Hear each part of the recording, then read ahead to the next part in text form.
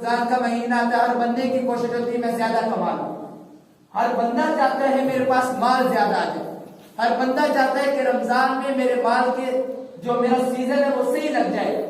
میرے بھائیو، جب ہم پیسہ کمانا زیادہ چاہتے ہیں تو ہمیں چاہیے ہماری کوشش ہو، ہماری خواہش ہو کہ ہم رمضان میں نیکیاں بھی زیادہ کریں، یہ ہماری کوشش ہونی چاہیے۔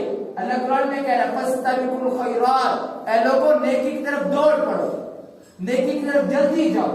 إِلَى اللَّهِ مَرْجِعُكُمْ جَمِيعًا فَيُنَبِّئُكُم بِمَا كُنتُمْ تَعْمَلُونَ، جب تم اللہ کے پاس آؤ گے اللہ تمہیں بتائے گا تم نے فلاں بھی کیا، تم نے فلاں بھی کیا، تم نے فلاں بھی کیا۔ تو آج وقت ہے، دن ہے، موقع ہے، کیسے ہی جوان ایسے چلے گئے کہ رمضان ان کو نصیب نہ ہوا۔ ہم خوش نصیب ہیں کہ ہمیں اللہ نے رمضان تک پہنچا ہے، کیونکہ اس دنیا میں آنے کی ترتیب ہے، جانے کی ترتیب نہیں ہے۔ کب کون کس وقت کہاں سے چلا جائے میرے بھائیوں کوئی بھی گارنٹی نہیں ہے۔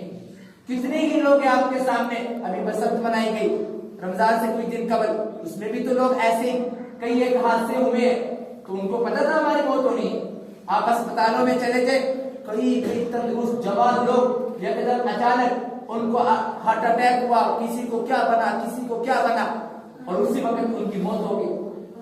تو یہ بیٹھ جاؤ، ٹھیک ہے؟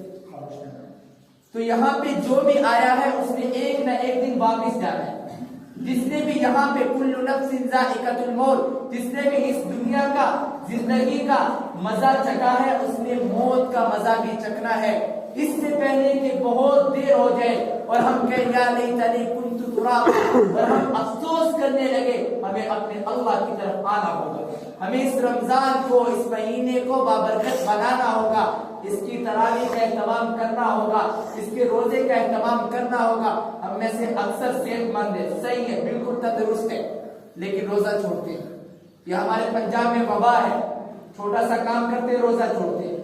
میرے بھائیو، روزہ اللہ کا حکم ہے، اور جب ہم اللہ سے لڑائی کر کے اس کا حکم توڑ رہے ہیں تو پھر ہمیں دنیا کے اندر مال کیسے ملے گا، سکون کیسے ملے گا؟ اللہ خود کہہ رہے ہیں الا بذکر اللہ تطمئن القلوب، کہ دلوں کا سکون اللہ کو یاد کرنے میں، اللہ کی اطاعت کرنے میں، اور ہم لوگ صبح سے شام اللہ کا حکم توڑتے ہیں۔ تو ایسے لوگ جو روزہ چھوڑ رہے ہیں بغیر کسی عذر کے، ان کو ابھی تو 2 روزے ہوئے، سن لے مسئلہ۔ ایک ہے کہ آدمی جان بوجھ کے روزہ چھوڑے، کچھ بھی نہیں ہے، تندرست ہے، جان بوجھ کے روزہ چھوڑا ہے، اس کو ایک روزے کے بدلے میں علی رضی اللہ تعالیٰ عنہ کا فرمان ہے، فرمایا اس ایک روزے کا ثواب حاصل کرنے